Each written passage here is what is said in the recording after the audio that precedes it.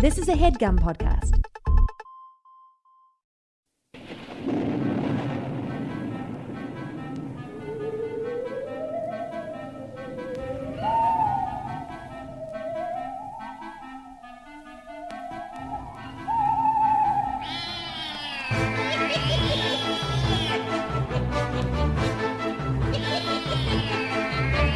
Hello and welcome to The Complete Guide to Everything, a podcast about everything. I'm one of your hosts, Tom. And I'm Tim. I'm back, Tim, you son of a bitch. You tried to get me. You tried to knock me out of the game with some kind of manufactured bioweapon, but I'm back. You had the COVID-19 virus. Yeah. And I was so nice they enough. Say. And I was nice enough to not force you to record from your sick bed. Well, I by the way, let me say first off, thank you to everybody who sent well wishes. Did people send well wishes? Lots of people, Tim. There was an outpouring. You know what I sent What? in honor of Halloween month? Hell wishes to you. I did get those hell wishes. I thought they were very mean and personal. Yeah, I mean, I don't want you to go to hell right now, but I wish that you go to hell when you finally do die. Yeah, I read that in the card. Yeah. I still don't know where you got that hell wishes card from. Yeah, it wasn't a Hallmark or anything like that, but it was too nicely done to be handmade. Yeah, we should do mass market weird cards. Yeah. Like that are as cheesy as a Hallmark card, but it's just like hell wishes for you. I'll see you in hell, you son of a bitch, when you open it up or something. Yeah, it sounds like there's a huge market for that. Who knows? Nowadays, I was thinking about this the other day, Tom. First of all, happy Halloween month to you. The same to you. You can just wear a shirt that will be like, you know, I'd rather be eating a taco with sour cream on it. And, like, you could wear that to, like, a business meeting. What? And everybody's just like, oh, what a fun shirt. The hell are you talking about? Yeah, I mean, I guess so, but people wouldn't necessarily. Yeah, but if you wore that to a business meeting in the 80s, they'd be like, what the hell is that shirt? Tim, have you Where'd been get having that a lot shirt?" of business meetings with people wearing novelty T-shirts lately? I just think that What's going? Have you sold the ancillary rights to this podcast to a man wearing a novelty T-shirt that told you he was a serious businessman? I mean, if anybody's gonna buy the rights to this show, it's gonna be someone in a novelty T-shirt. Yeah, but I'm that's even true. saying like novelty T-shirts. These like in the '80s, a novelty T-shirt. Yeah, you got a Big Johnson T-shirt. You got a co-ed naked T-shirt. Yeah. You know, some wit.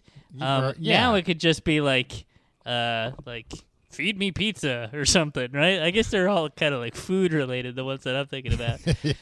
Yeah, and are you thinking about actual shirts you've seen, or are you just spitballing these? Because honestly, Tim, this is also making me rethink my position about starting a greeting card company with you. If these are the kind of T-shirt ideas you're spouting off the top of I your saw a head. guy in a T-shirt the other day. I'd rather like, be eating a taco with sour cream. And what was Yeah, the you other know. one? Feed me pizza. I Feed think? me pizza. Yeah, okay. I saw a guy in a T-shirt like the other day. It said, "I'm sleepy," Okay. and just in like Times New Roman font, Oh, well, that sounds white writing on a black T-shirt. Well, I'm sleepy. Times New Roman. That's like a nice official, very classy. Yeah. What I'm saying is like there's a market for everything, Tom. A Hell Wishes card done in Yeah. a Hallmark style, I think, would sell enough to, support each of our lifestyles. Maybe even upgrade our lifestyle significantly. Yeah, exactly. But Tim, Riding around on jet skis with that greeting card money. get some like monogrammed life preservers. Yeah. That say "feed me pizza," and I'd rather be eating a taco with sour cream. Yeah. When I think about like if somebody said like how would you upgrade your lifestyle, the main thing I'd think it's like, oh well, job number one, jet ski. Tim, when I was like 14, maybe like 15, I think I was too young to get a car, too young to drive, but I looked into getting a jet ski as like a mode of transportation. After what point? What? From where to where? That was the only catch. That I was thinking, people don't use jet skis to get places. They kind of just use them for recreation. But there's no reason why you couldn't use it to get around. Well, if your house was on one side of a body of water and like the school was on the other, that would make sense. Right, but that's not the town we grew up on. No, on the other side of a body of water from our town was just a beach, which you could just drive to. It would take less time. Yeah, and I didn't go there often enough to buy a jet ski to ride there, but I thought about it. I looked into it. Jet skis are more affordable than you would think. Really? Yeah. How much does a jet ski cost? Maybe we don't even have to start this. No, maybe we can do it based on our current lifestyles. That'd be fantastic. We just gotta start recording at like a studio across a body of water. Yeah, meet in the middle on our jet skis. No, not meet in the middle, Tim. That'd be dangerous with the microphones and everything. Grow up, Tom. A new jet ski in 2022. Runs the gamut. Okay. On the lower end, $5,700. Yeah, not bad. The higher end, $20,000. It caps out at $20,000. That must be a nice jet ski too. Yeah, you probably fit like a whole family on that jet ski. Yeah. But anyway, Tim, I was sick with the novel coronavirus number 19. Yeah. I thought it was allergies at first, and I bought all this Zyrtec. So I've tested. Zyrtec does not cure COVID-19. It does not cure it. No. Did it help with the symptoms? No, not really, and that's what made me think I should take a COVID-19 test, and right. Took that, and right away, bingo bango, you got COVID. Oh, yeah. Tom. Mm-hmm. I was praying for you. Oh, thank you. That's probably... to go to hell. Oh, come on, man! You can't do something like that. You start praying, God picks up the phone. He's like, oh, finally, little Timmy's finally giving me a call. Yeah. He hasn't done it in a while. What's this? He's praying for his friend to go to hell? Well, I'm obligated to answer the prayer. He's asked so little of me. And he does have that business, that greeting card business idea that I really think that's God's plan for him. That's my plan. Yeah, he knew he wouldn't just think that, Tom. He's sure of it. Yeah, he's seen the future. He's maybe even written it himself. But yeah, does God know the future? God knows the future. He made it up himself. Okay. Interesting. I'm going to recategorize this podcast under theology. See if we start getting better reviews. Yeah, I'm sure this conversation would really resonate with the religious folk. Get a lot of people thinking. Yeah, a lot of people into church there next weekend armed with some difficult questions for their pastor. So are you all better now? I'm pretty much better. I took those cockamamie pills that Joe Biden came up with, the Paxlovid. Oh, yeah. They made everything taste like metal. Really? Yeah. Like you got branded. It tasted like I got branded? Branded. Oh. Wait, what'd I get? Joe Brandon made those pills that made you taste metal. That's what I thought you were saying. It tasted like I was sucking on dirty pennies all day. Oh. But it made me feel better. And then yesterday I felt a lot, 2 days after I'd finished it, I felt a lot worse. But then that was just like a one-day rebound type thing, I think. And now I feel more or less better.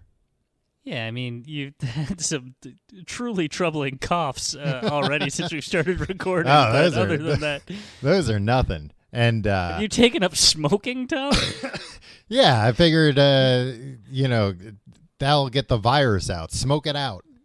Yeah, smoke it out. Yeah, it's in my lungs. Well, guess what? How about a little smoke, COVID? It works on cockroaches, right? They're like, hey, leave your apartment for a little bit. Or leave your house. We're gonna put a tent over it and fill it with smoke. Yeah. So why wouldn't it work on my lungs? And so I feel better except for the awful cough. But no, for the most part, I feel better. Like, very, very, very grateful that this didn't happen while I was in Europe. It happened after, because we were doing shows, and then me and Laura, my girlfriend, went on a European escapade. A National Lampoon's European Vacation. Yeah.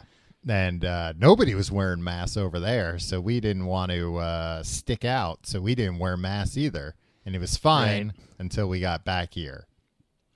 I wore a mask on the tube in London, and everybody was confused. Yeah, I did the same, but it was I was wearing a Guy Fawkes mask, like a V from Vendetta. Very cool. Yeah. Were they? I enjoyed that film. I don't remember what happened in it. I never saw it. Oh, I think they did something to the Queen, maybe. Yeah. Well, too late now. We were over there. Yeah, when the Queen's funeral was. We did shows in London, and then we were over there while the Queen was dead. Yeah, and we weren't allowed to talk about the Queen. Yeah. I got out of London right before the funeral, so I missed all the hullabaloo. But I didn't miss eventually getting COVID-19. Right. Well, the only thing I have to tell you about the trip, Tim, is thankfully the Pret is all over Europe. Oh, you love a Pret. Love a Pret a manger. Yeah, that's how you pronounce it.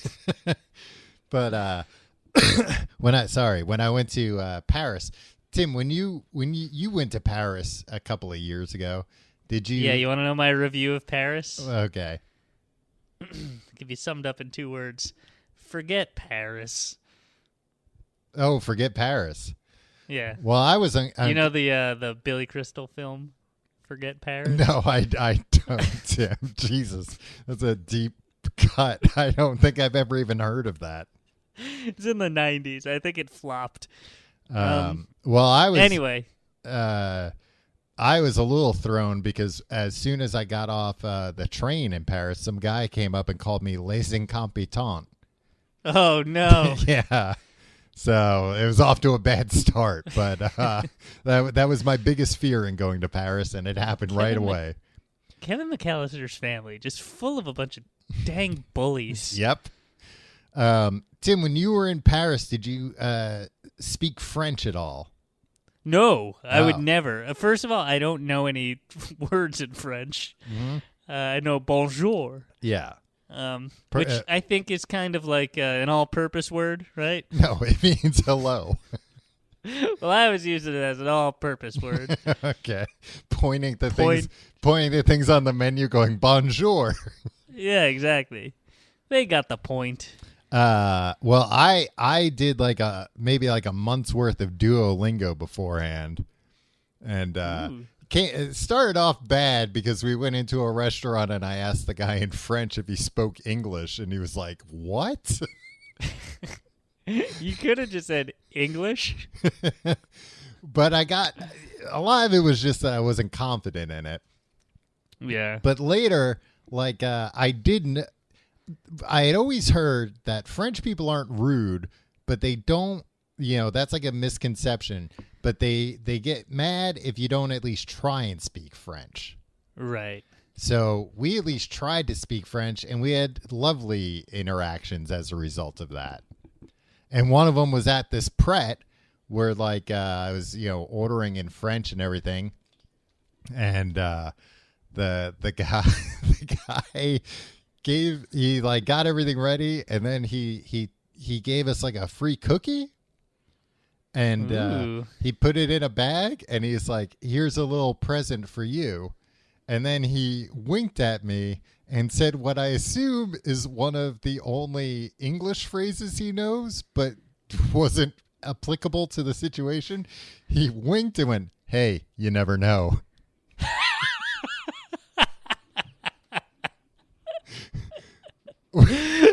Which I win. That was the New York Lottery's slogan in the early 1990s. Yeah, maybe so he spent some time. Yeah, maybe he thought like, "Oh, you just won the lottery because I'm giving you a cookie," and this is something people say in English when they're a winner. That's sweet. A wink and a hey, you never know. Hey, at least he's trying. Oh, I mean, was there a snail baked into that cookie? No, but it was made entirely out of wine. Oh. It was just a wine. It was just wine frozen into the shape of a cookie. Did you get a baguette with butter and cheese on it? Yeah, Tim, we went to a fondue restaurant where I had one of the best meals of my life. Just melted yeah, cheese. Just all melted over cheese, stuff? just fondue. It's delicious. Well, and I had onion soup too, French onion soup, but over there they just call it onion soup. And Did you put that in the cheese fountain also? No, they were very careful that not to leave both of them on the table at the same time, lest the patrons at the restaurant get any crazy ideas. Try to dip a soup. Yeah. Can't dip a soup. No.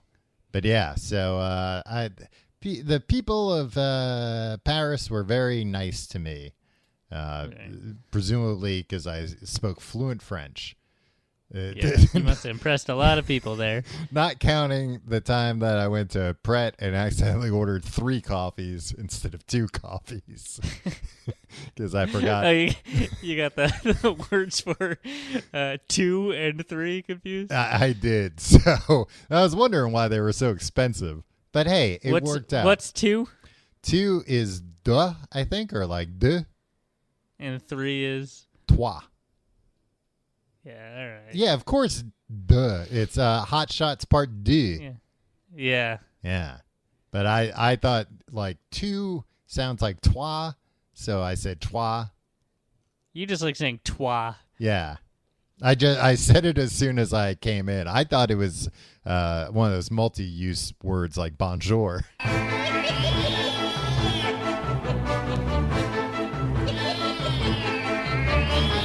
Tim, this week we're talking about a new movie. Well, were you going to say something?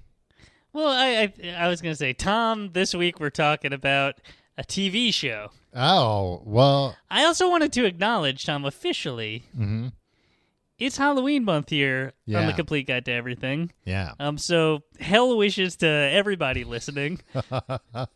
Yeah, we wish you hell.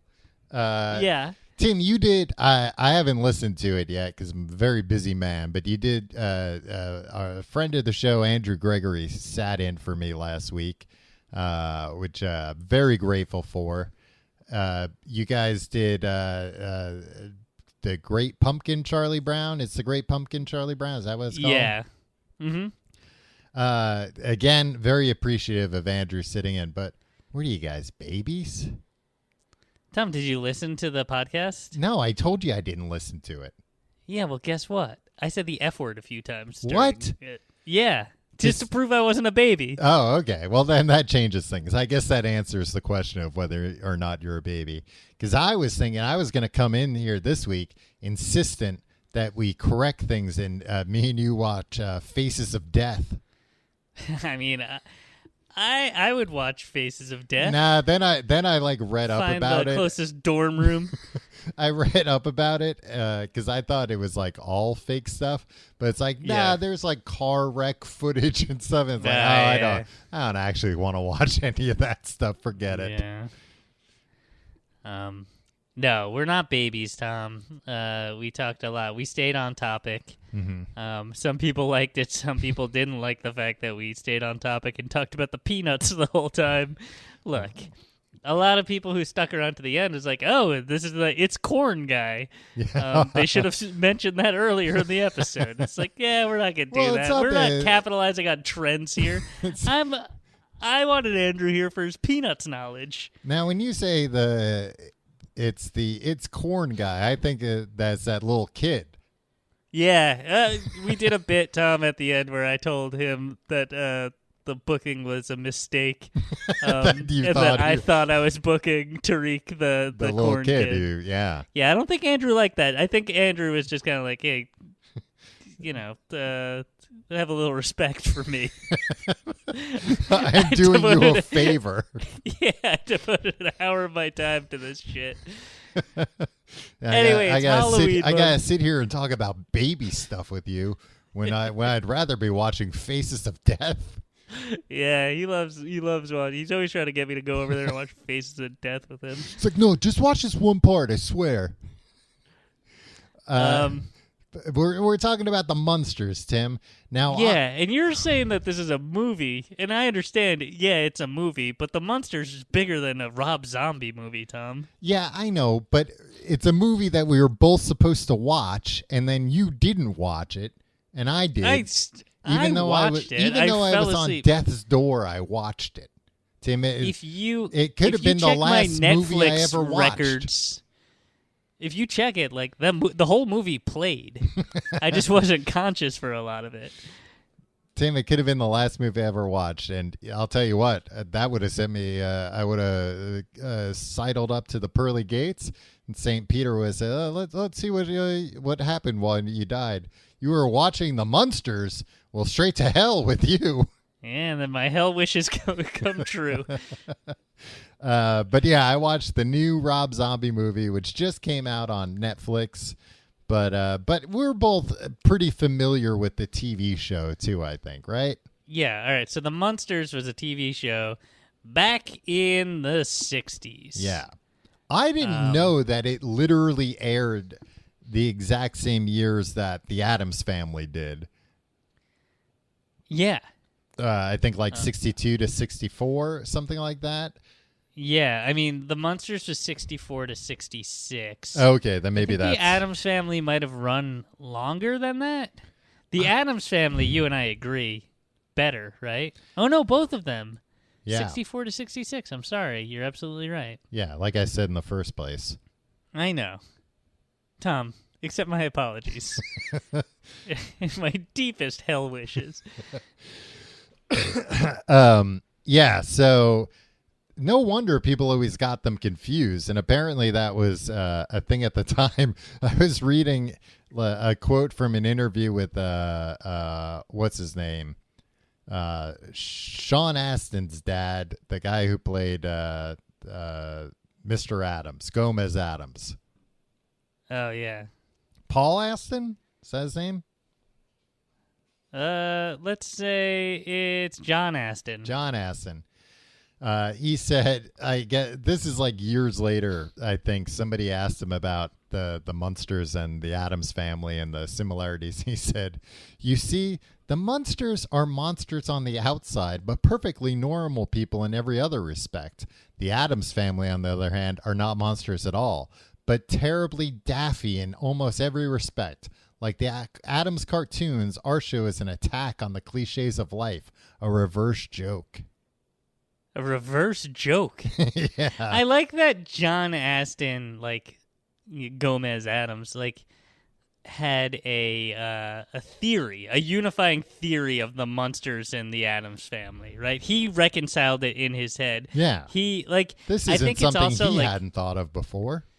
Yeah, and I also like that, like, I feel like this is more of a modern day, like Jimmy Fallon, Stephen Colbert, Jimmy Kimmel thing, where it's like, look, we all have the same job at the same time, but we can acknowledge each other, right?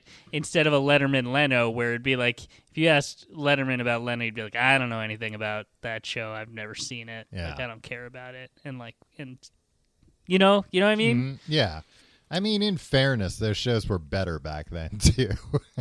when they at least pretended like everybody hated everybody else. Yeah, you're a big Leno guy, I know.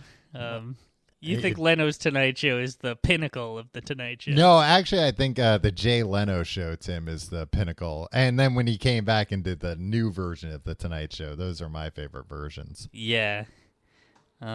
Pretty cool guy. I mean, who cares? I feel like I've spent a lot of my life being mad at Jay Leno. On behalf of multi-millionaires. Yeah, to what end? Yeah, I don't think he's that funny, but whatever. He's got a lot of cars. That's cool. Anyway, Tom, real quick, do you know what killed the Munsters? Batman. Batman killed the Munsters. Yeah, and he broke his one rule. Don't kill. Don't kill monsters. Don't kill. Actually, you know what? Like, a lot of times Batman kind of skirts around that rule when it comes to, like, aliens and stuff. Yeah, he kills aliens? Yeah, he kills aliens sometimes. If it's, like, one of these, like, aliens or, like, demons, if it's, like, a villain that's got, like, a horde of, like, you know, monsters coming, he seems to, like, not really, I think he's got some line in his head of, like, they're not fully conscious, so it's okay to kill them. Yeah. All right. You'd have to ask him. I don't know. I don't know if he would. So by those rules, I think he would be okay actually strangling to death any member of the Munsters. They're all undead abominations. Well, I hope not Marilyn. Yeah, the normal cousin, he would stay away from her. Actually, she was conventionally attractive, Tom. Yeah, but they acted like she was very ugly. Yeah. Because everything was backwards. So they were monsters. Even it's very confusing because, like, you and I both have gone on record saying the show should have been called. It must have been a typo. It should have been called The Monsters. Yeah. Tim, I also have in my notes here, in 1966, the family circus cartoonist Bill Keane even drew a comic of a middle-aged couple squinting at a TV set with the caption, "It looks like we've tuned into either the Munsters, the Addams Family, or Phyllis Diller." Oh, boy. Yeah. Phyllis Diller. Bill Keane really dragging Phyllis Diller through the mud there. Do you remember that episode of Full House where Uncle Joey, or what's not Uncle Joey, it's just Joey, Joey Gladstone, got his big chance at like some comedy club, but then Phyllis Diller showed up to do a surprise set and bumped him. No. And everybody was like, "Oh my God, Phyllis Diller!" Even like the members of the Full House who were there, like you know, sweet little Stephanie and DJ and Uncle Jesse, that they were all so starstruck and in stitches from Phyllis Diller's stand-up, and Joey, you know, had a tough time with that. That's how you can tell that, like, that show was written by, like, people who are old even then, that they're like, you know, it'll really knock kids dead. You know, they're so obsessed with pogs and whatnot. What if we get Phyllis Diller, show them what a real comedy set is like? Yeah, Phyllis Diller and the Beach Boys in 1987. That's what everybody's yeah, that's everybody. For. Yeah, we'll put them on these TV shows that get, you know, huge ratings. All right, The Munsters, Tom. Mm-hmm. Yeah, the TV show is on, and then they like tried to reboot it. They've tried to reboot it a few times. Yeah, and there's 70 episodes, I think, of the original series. Mm-hmm. Yeah, I think that's what I read too. And what is it? It's okay. So there's Herman Munster. He's the dad. Yeah, he's a Frankenstein, a classic Frankenstein. Excuse me, not such a classic Frankenstein that because this series was made by Universal, they were able to use the Universal version of Frankenstein, which is, you know, what people think of as the classic version, but that is not the public domain version of Frankenstein. Right. That is, I mean, this show is firmly set within the dark universe. Right. But the dark universe is Universal too. They could have used that same Frankenstein design if they wanted to. Yeah, they were gonna. When they eventually cast James Franco as as Frankenstein. Yeah. I don't think they had cast a Frankenstein yet. They had getting Russell there, though. Crowe as Jekyll and Hyde, Tom Cruise as the Mummy for some reason. Yeah. He was a mummy hunter, right? And then he turned into the mummy at the end of the movie? Presumably, I guess. Yeah. I don't know. It's confusing. But I don't think they had a Frankenstein. And of course, Frankenstein's monster. Yeah, whatever. Frankenstein's monster can also be named Frankenstein. It's his son. Yeah, exactly. It's Frankenstein Jr. So Herman Munster, Frankenstein. Who else we got? Lily, his wife, is a vampire. Yeah. But also just kind of looks like Bride of Frankenstein. Yeah, without the crazy hair. She like Bride of Frankenstein when she lets her hair down. Yeah, and still has like the white streak. Yeah. Mm-hmm. You got Grandpa Munster, who's also a vampire. Yeah. Well, which, makes sense. His daughter's a vampire. He's a vampire. Then you got Eddie Munster, who's like a little like rat boy or something. He's a little werewolf. Oh, a werewolf. Yeah, that makes sense. But I don't think he ever turns into a wolf. I think the understanding is like this boy is a werewolf, but that won't happen until he hits puberty, maybe. And he'll start turning into an actual wolf. Yeah. And then their niece, Marilyn. Yeah. Who's she's kind of like a Marilyn Monroe style. From the movie Blonde. Yeah. A real va-va-va-boom knockout. Right. And so they're monsters, and they live in a house. 1313 Mockingbird Lane. Yeah.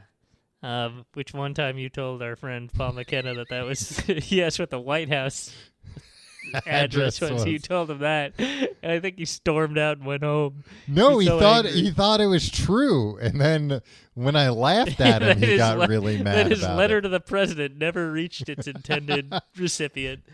Tim, you want to know an interesting fact about 1313 Mockingbird Lane? I do. That house was also used in Coach. Coach? Yeah, I believe it was also the Craig T. Nelson Jerry Van Dyke vehicle. The outside of the house, I believe, is also the outside of Coach's house. That's not true. They redid it. They took all the cobwebs down and the tombstones out of the yard, but it's the same house. All right, it's like a house. When I see it. It's a house on the Universal lot.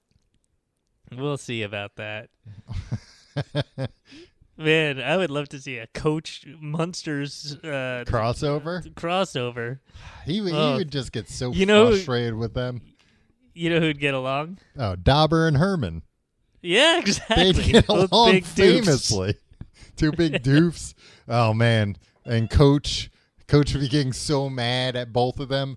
But then, Herman Munster, he's already got the big shoulder pads, so they'd concoct some kind of scheme to get Herman to matriculate at the school so he could play in the big game. Yeah. And meanwhile, Jerry Van Dyke and Grandpa Munster would be scheming about something. Oh, yeah. They'd have some B story that was, the two of them getting into some kind of trouble. Some kind of business together. Yeah. Man, this writes itself. And Christine, Coach's wife, with Lily Munster. And they both complain about their, dopey husbands together. Yeah. Show writes itself. We really have our fingers on the pulse.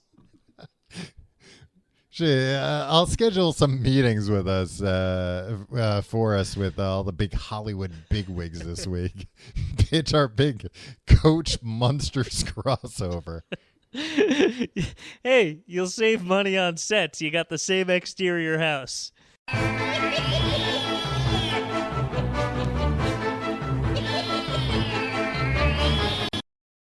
All right, now Tim, I watched the new Munsters, the new Munsters movie. As mentioned, they've remade this and remade. There was a sequel TV series called The Munsters Today. Do you remember that? That was I think it was a syndicated show. I remember watching it when I was homesick from school. Oh, okay. And the theme song was the Munsters theme song, except the Munsters sang. They were all sitting down in like chairs or like sitting on the couch and being like, "We're the Munsters today." Yeah. At the end, and I was just like, "This doesn't work." But can I point out the Munsters and the Addams Family ran concurrently, right? Yeah. Two of the best theme songs going at any very, point in history. Addams Family. Yeah. Yeah. But yeah, but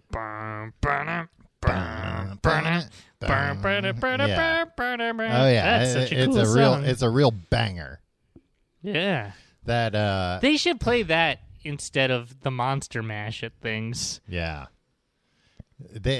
Maybe if you were like a baseball player, that could be your walk-on music. Oh man, I'd insist on like the full like bum ba-dum, bum ba-dum, as I like started to strut up. Walk up. Yeah, but I wouldn't hit the plate until like the main melody had gone around at least once. What's what that WandaVision show had a song Agatha All Along that people loved, and it was like just a unshameful homage to the Munsters theme song, which is why it was so catchy and people loved it so much. I think there should be a like modern rock and roll band that just plays all music in the style of the Munsters theme song. That would never get old. You know how people do like, hey, here's a reggae version of a Pink Floyd album, or like, here's a baby version of a Radiohead album. I would like just be like, hey, I want to hear every hit from the 80s, 90s, and early 2000s in the style of the Munsters. Or what about like I would like Radiohead's In Rainbows in the style of the Munsters. Exactly. I mean, I'd like to hear like even like Jagged Little Pill in the style of the Munsters. Well, that's like kind of rockabilly a little bit, right? The Munsters song. Well, what genre would you say it is? Monster themed family of monsters. Monster rock.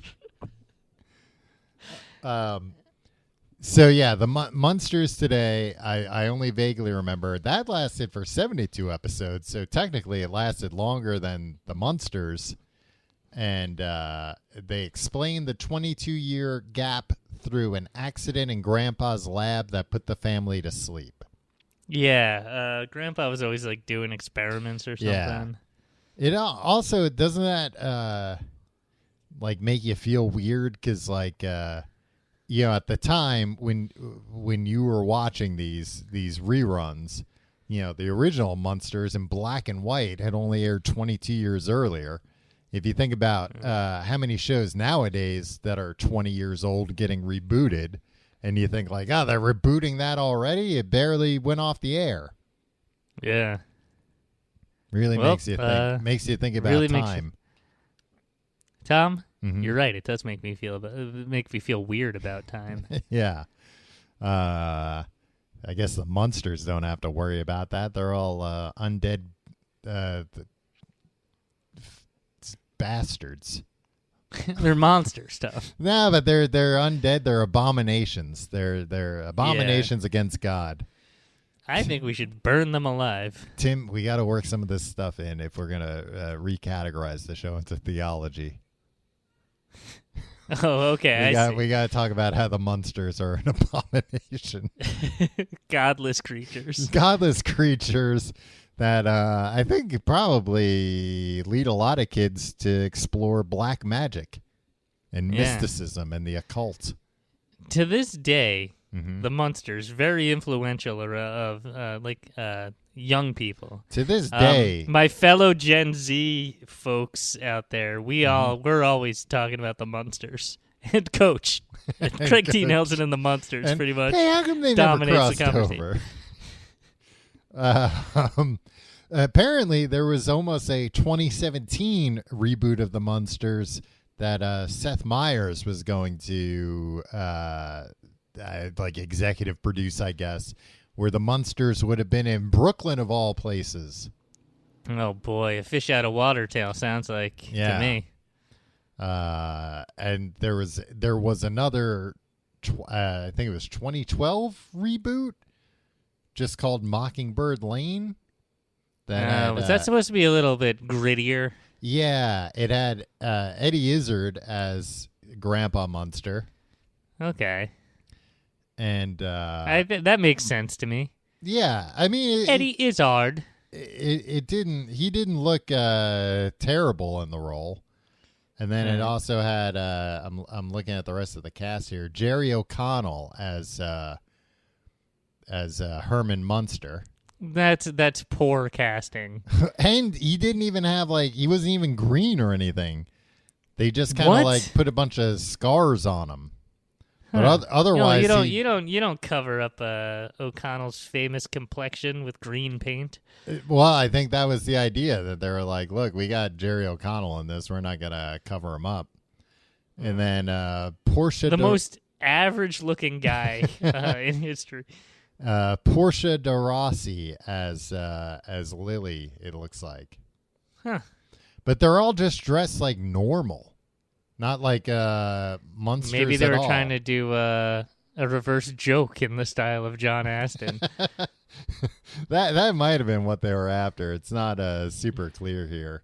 They don't say if they were just trying to do a reverse joke or not. Who would be a good Herman Munster nowadays? Yeah. I don't know. It's kind of insulting to say somebody'd be a good Herman Munster. I don't know. Fred Gwynn is fantastic. He'd be great. Get Fred Gwynn to do it. No, I'm just saying, he's not a regular guy by any means. No, he's like a big doofy guy. Yeah, but I don't know. He was great in Pet Sematary. He was great in My Cousin Vinny. Yes, yeah. A scene stealer in My Cousin Vinny as a straight man, which not an easy task when you're up against all those talents. Why didn't they try to get freaking what's his name? Everybody loves Raymond's brother on the show. Oh yeah, he would be a good Herman Munster. Yeah. Yeah, get him. What's that guy's name? Yeah. Look, that's for the Hollywood agents to look up and figure out. Look, I'm not going to do their entire job. Yeah, we already came up with a Coach Munsters crossover that you could put after the Super Bowl or something. Probably blow the Super Bowl's ratings out of the water. Yeah, put it on instead of the Super Bowl this year. Counter programming. Put it on opposite the Super Bowl, and watch those idiots slowly realize as they're running around the field that nobody's watching. They realize Brad Garrett. You see all the football players looking up. Hey, how come nobody's in the stands? They're all home watching the Munsters Coach crossover. Man, that's odd. And then they run into the locker room to watch it themselves.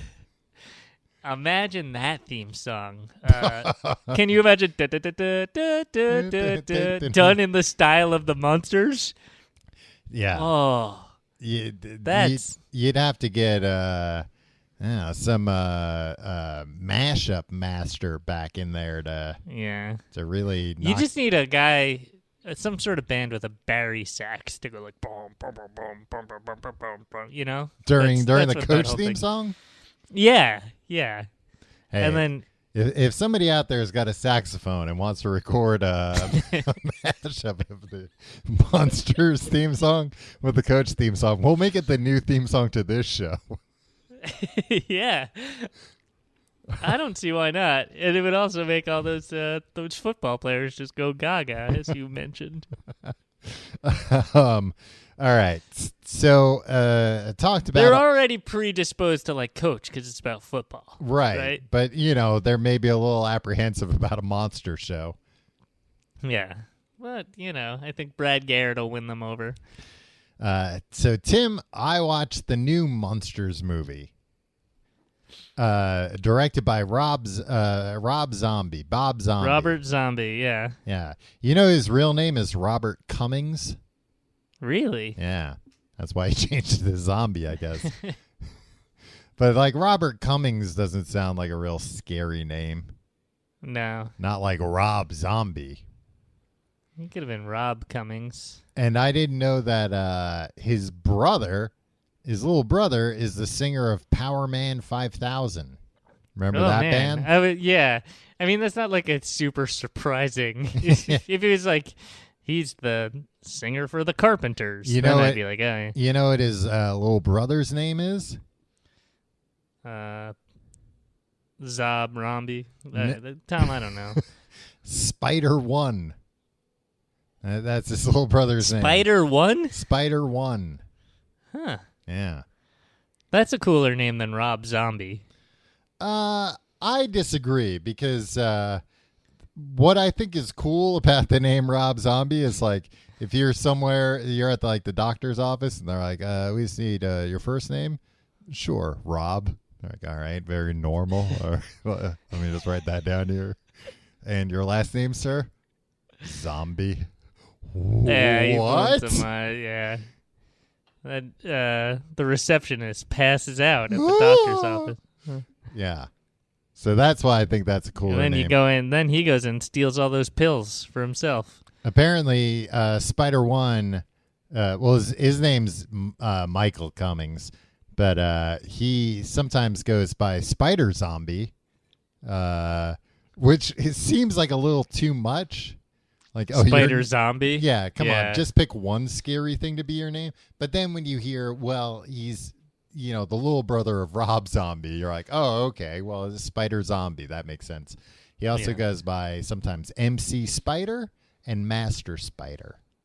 Okay. This is probably enough time spent on the singer from Power Man 5000. But yeah, Rob Zombie. Robert Cummings, and he's hasn't done as much music lately. He's gotten into movie directing. Where do you come down on the films of Robert Zombie? I feel like they're a little all over the place. Yeah. Like he's that House of 1,000 Corpses was good and scary. I think that was his first one, so it's kind of like, oh shit, look at this guy. He's not just a scary looking man. He can, scary sounding man. Yeah, he can also make scary movies. Right. But I think I maybe saw that first Halloween movie he made. But then he made this movie, The Munsters, and this is one of the worst movies I've ever seen in my life. Did you see The Devil's Rejects in the theaters with me? I don't think so. That one was a little too like 70s grindhouse kind of like just like I think like thrill killer. Like they just went around and like just scary looking scumbags that like killed innocent people for no reason. Yeah. And I was like, I don't like this. This makes me feel uncomfortable. Yeah. And then at the end, spoiler alert for a 17-year-old movie, I think they all get shot by the police during a car chase in slow motion while Freebird plays. Wow. I was just like, Robert Zombie, I don't know what you're doing here, but it makes me feel uncomfortable. I didn't realize, and it made me feel like, okay, he was the right person to make this bad movie. That, he had that song, Dragula. Mm-hmm. That's the Munsters car. Yeah, that's Grandpa Munster's car is the Dragula. Yeah. Ooh, let the witches burn, let the witches burn in the back of my Dragula. It's like that. Grandpa Munster famously built that car in the episode Hot Rod Herman. Also in the Munsters TV show, I tried to watch this movie. I fell asleep last night. Yeah. They in the TV show, sometimes when something funny would happen, something physical, or like someone would run around, they'd show it in fast forward motion. Yeah. Did Benny this happen Hill at style. all in the movie? Probably. I can't remember a specific instance of it, but I'd be surprised if that wasn't somewhere in there. Yeah. Everything I saw from this movie, Tom, sucked. Complete shit. But I do give Robert Zombie, credit for not being like, oh, I'm going to do a gritty, disgusting reboot of the Munsters where they like murder people and like it's real dark. Yeah, it's two things were obvious from watching the movie. The first is that like Rob Zombie legitimately loves the Munsters. And the second one was it looks like they had a real blast making this movie. Yeah, and that's fine, but I don't want to be a party to that. Exactly. Which is like, look, I'm glad you tricked somebody into giving you the money to make this, but not that much money, it seems like. It doesn't seem like they tricked anybody out of a lot of money. But I'm not going to help that person make their money back by watching this. I guess I did, though. I watched it. Yeah, it's very weird. Because, again, there have been all these, Munsters reboots and attempt at reboots. And I was reading even, like, he's been trying to do this for years. And there have been so many times where, like, it almost happened. But then somebody at the studio was like, no, actually, now, Seth Meyers wants to make a TV show. So it's back off the table. You can't make this movie. But finally, he got to make it. He apparently wanted to make it in black and white, which would have been cool. Yeah. But when they wouldn't let him make it in black and white, he decided to instead make it this like really like garishly colored, kind of like techno colored. Which again, I thought like worked. It kind of looked cool. It did. You know what? And this was always from the trailer, like oddly, the sound in this movie is terrible. Yeah. It sounds like they forgot to like hire a sound guy and they just like recorded from like one mic that they like, put around everybody. Yeah, exactly. Yeah, I was reading about the guy, the Herman Munster guy, the guy playing Herman, who I thought was good. Like he did a good version of Herman Munster. But he is best known for playing the Geico caveman. Oh. Which is, prosthetics work. Yeah, he's used to it. Rob Zombie's wife plays Lily. Yeah, she plays everything in his movies. Yeah, and then I think the guy who played Grandpa Munster was also, like, in a bunch of his movies. But it's funny, I was reading an interview and somebody asked about, like, the casting of those three. And his answer was like, well, I figured, like, we're shooting this movie in Budapest, and I don't want to get all the way there and then find out that people don't get along with each other. So I hired three people that get along with each other.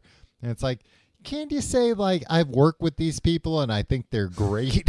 Like, they're my first choice, not I picked three people I was sure would get along with each other. Yeah, I mean, I guess that's part of it. But you don't have to say that. Yeah, you maintain the magic. Yeah. Tom, I don't you're bearing know. the lead. Hurley from Lost is in this film. Yeah, Jorge Garcia, he's like the biggest name I think in this movie, right? Yeah, and when he first appeared, because he's kind of got, I don't think he has prosthetics on. Well, he has like a hunch, like a hump in his back. And then he's got like fake teeth. And at first I thought it was Hagrid from the Harry Potter movies because he looked just like him with the long curly hair and everything.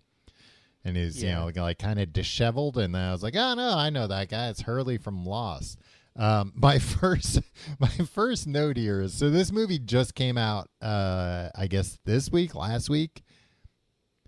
First off, this is a movie I feel like I've heard about them making for the past 5 years. Yeah. But then they only just made it. They finished this movie like 4 months ago. I know. I remember when the trailer came out. But my first note here is, why is this movie bless you. Why is this movie only in HD? And then and also the HD looks very bad. Yeah, agreed. This movie doesn't look or sound very good. But it's like a brand new movie, so it's like, oh, you don't like, and it, premiered on. I don't think it got a theatrical release. It premiered on Netflix, but it's like, oh man, and you guys didn't, I guess, have the budget to like master this movie in 4K even. Like, I would think Netflix at this point is like, oh, the only stuff we buy has to be in 4K, so at least it doesn't look shitty. So this is only in HD, but then on top of that, maybe just because it's very dark, it just looked like very compressed, like very pixelated. Yeah, I agree. Tom, the Munsters deserve better They than do. pixelated HD. They also deserve better than like one of the first creatures you see is obviously just like a rubber Halloween mask. Yeah. It's like, I mean, I get like the, I think he was trying to maintain the production values of a probably not very expensive sitcom in the 60s. But I don't know why anybody would want to watch it. I just know when this character came out, I couldn't figure out like, oh, is it supposed to be like somebody wearing a mask? Is that and it's like, oh no, that's the mask they use, just like a mask from a Halloween store. Which I get like what you're saying, but I think the charm of the original show was that they didn't use like mask and prosthetics. They used like, face paint and makeup and stuff like that. Weird looking guys. Yeah, or just naturally. I mean, this movie had men. weird looking guys in it too. That's true. I also have like, there are mummies in this movie, and I was like, I wrote mummies aren't really scary anymore. Why? Because Tom Cruise made them glamorous? No, I'm just thinking like mummies used to be like kind of a like more of a horror thing. And then I think everybody realized like, look, the odds of me running into a mummy in real life, few and far between. But if Dracula is around every corner. Well, also it's like Egyptian mummies. The idea was never, we're going to wrap this guy up in, all these bandages, and then one day they'll come back to life. It's like, nah, that was just how they buried people. I don't think there was. Zombies are just regular people come back to life. Yeah, but it's like, but that's what a zombie is. A zombie is a thing that comes back to life. A mummy isn't a thing that comes back to life. Apparently it is, Tom. My next note I have, how'd they make a movie with Dracula's this boring? I don't want to go through. See, this is why I didn't watch the movie, Tom, because you're on the clock. You have like 45 seconds to go through all your notes of this movie. Yeah, you really shouldn't have watched this movie. You wasted your time. I stopped keeping notes at a certain point. It's a weird movie too because it's like a prequel to the TV show. Yeah, is freaking Eddie Munster ever in this movie? Eddie Munster's not in it, so as a result, Grandpa Munster is only referred to as the Count because he's not a grandpa yet. Right. Yeah, Marilyn's not in it at all. Yeah, for something that was so... And Rob Zombie has 8 movies plotted out. He wants this thing to be bigger than Ernest even. Yeah. And... I don't know if it's going to happen for him. I bet he was just like, well, this is what I'm going to do until I retire from filmmaking. Just a different Munsters movie every year. I'll make 70 movies. It's weird because I guess it's like kind of just the origin story of Herman Munster and then like the origin of like Herman and Lily meeting and falling in love. But the origin story of Herman is just like, this guy's going to make a Frankenstein. And he tells Jorge Garcia, like his Igor, to get this genius's brain. But this genius died the same day as his twin brother, who is a like bad stand-up comic. Yeah. And that's the brain. Which I have in my notes. Why are you doing all this to explain Herman Munster? Also, like Herman Munster, like it's like multiple. I don't think he's scenes. a particularly smart guy, but I think he's just like he's a bit of a doof. Yeah. but also like a kind-hearted man. Yeah, there are just like multiple scenes that set up why this like switcheroo happened. And it's like, guys, you can just make it he grabbed the first brain he saw and it happened to be Herman Munster. Because then it brings up a lot of questions about like what he remembers from his life and what he understands about his life now, which is very confusing. And then at one point, I never want to know the origin story of anything or anyone. Just show me the part where they, all live together as a family. Well, and they say like Herman Munster then becomes like a well-known stand-up comedian within the occult world. But then when they show his shows, he's just playing guitar in a band like he's Rob Zombie and having Rob Zombie's wife fall in love with him, which again is like, wait a minute, you never said he was in a band or anything. So yeah, and then I stopped taking notes. I just have Jesus Christ, these Dutch angles. A lot of Dutch angles in this movie. Hey, I think you love Dutch angles, Tom. Too many Dutch angles. You got to use them sparingly, or else it just you're calling too much attention to it. And then you just got back from Amsterdam, Tom. You're very much attuned. Dutch angles, Tim. Yeah, exactly. Walking crooked this whole the past couple of weeks. And then I also have in my notes that apparently the actor who played Eddie Munster played like a robot in this. Oh yeah, but he did like the voice. And maybe was in the suit. Butch Patrick. Yeah, which is in the early '90s. Ben Stiller loved doing a Butch Patrick impression of like the iconic like washed up child star. Yeah. Well, and Butch Patrick released his own song, Whatever Happened to Eddie, that was set to the Munsters theme song. You know about this? No. Whatever happened to Eddie? I'm the kid from Mockingbird Lane. Whatever happened to Eddie? Did I freak out or go insane? You might wonder why I have a dragon for a pet. Well, he's just there to keep me company on set. Whatever happened to Eddie? I'm the kid who fixed a brain. It's bad. It just keeps going on from there. Yeah, it seems to be like just references to the show with no... Should have gotten Weird Al to come in and punch him up a little bit. Whatever happened to Eddie? I got off and split from school. Whatever happened to Eddie? But I always kept my cool. I spend my nights just howling at the moon or hanging out in a creepy black lagoon. That's a good one. That was 1983. Whatever happened to Eddie? Rocketing up the charts. Butch Patrick. It hit the Billboard #1, and in fairness, it stayed there for 6 months, which is pretty impressive. Yeah, it's a pretty good, pretty mean feat, Butch Patrick. So yeah, look, if I had any notoriety as a child star, like I'd milk that for the rest of my life.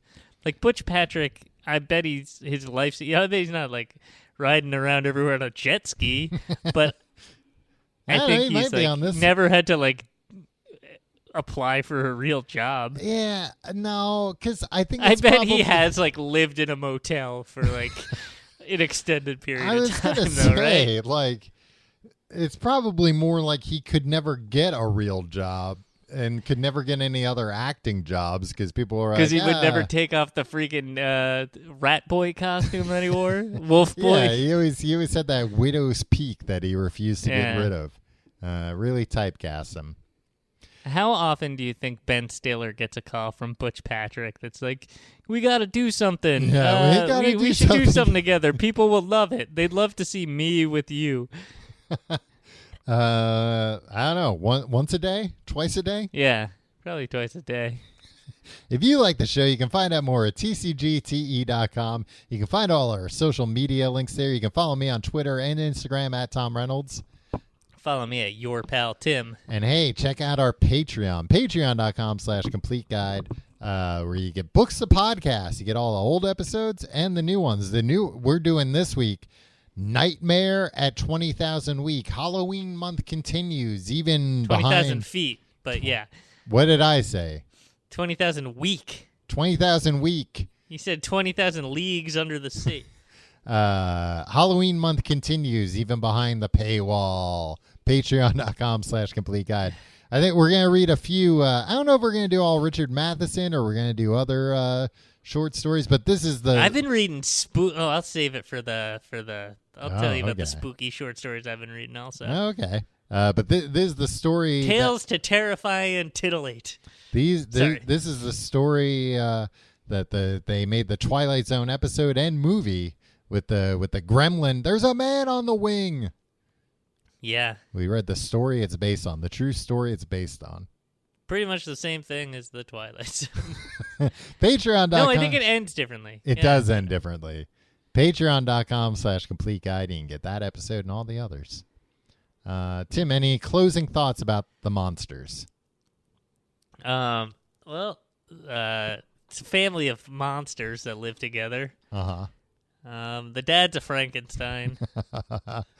The boy's a wolfman, a wolf boy. There's in the movie, Lily has a brother who's a wolfman, and I don't know if he's on the show at all. If he is, he's not a regular. Yeah, I'm sure there's some like weird, some real deep cut references in the film, which like. Hey, kudos to I'm sure Butch Patrick really enjoyed watching those and picking up on those references. You think Butch Patrick was on set every day? I bet he tried to be. I bet he wanted to be. I mean, I bet he had some good pitches for other characters he could play. Do you think Rob Zombie is into hanging out with Butch Patrick or not? I think it was one of those things, and Butch Patrick seems like a nice guy. Mm-hmm. He also, the reason I'm saying this, Tom, Butch Patrick also seems like the kind of guy that will see that this episode is called The Munsters and will listen to it within an hour of it coming out. You know what I mean? Yeah, a real Richard Marx type. Yeah, so I get it. I sympathize with him. So I'm not even going to say that. Hey, what Richard Marx taught me when I talked a whole bunch of crap about Richard Marx on this podcast, and then he tracked me down and threatened to beat the shit out of me, rightfully so. What I realized is yeah, well, what am I doing speaking badly about people in a public forum? Don't speak ill of the undead. Ooh. Well, Wolfman is an undead. You can kill a Wolfman. You can't with a silver bullet, but other than that, it's pretty hard. Yeah, but that doesn't mean a Wolfman is alive, not undead. Yeah, but when he's like a wolf, there's different. He's a wolf. No, there's different rules going on because he's very hard to kill. You gotta use a silver bullet. And I think if I'm you pro kill Butch Patrick. I think if you kill a wolf man while he's a man, he turns into a wolf. Kill a Wolfman while he's a man, he turns into a wolf? No. Yeah. Huh. That's We're going to have to look up someone. Hey, maybe next week's episode is on the Wolfman. I think we've already done episodes about the Wolfman. Yeah, I bet we've just probably Wolfman Jack, even though neither of us know who Wolfman Jack is. We think he was a DJ at some point. He was. I know what he was the world's first werewolf DJ. Don't act like you know any meaningful trivia about Wolfman Jack. All right. Thanks for listening. Hey, what? Welcome back, Tom. Thank you. Glad you got over COVID. Thank you. Thank you for the hell wishes, Tim. Yes. My fondest hell wishes to you. All right. We'll see you next week. In hell.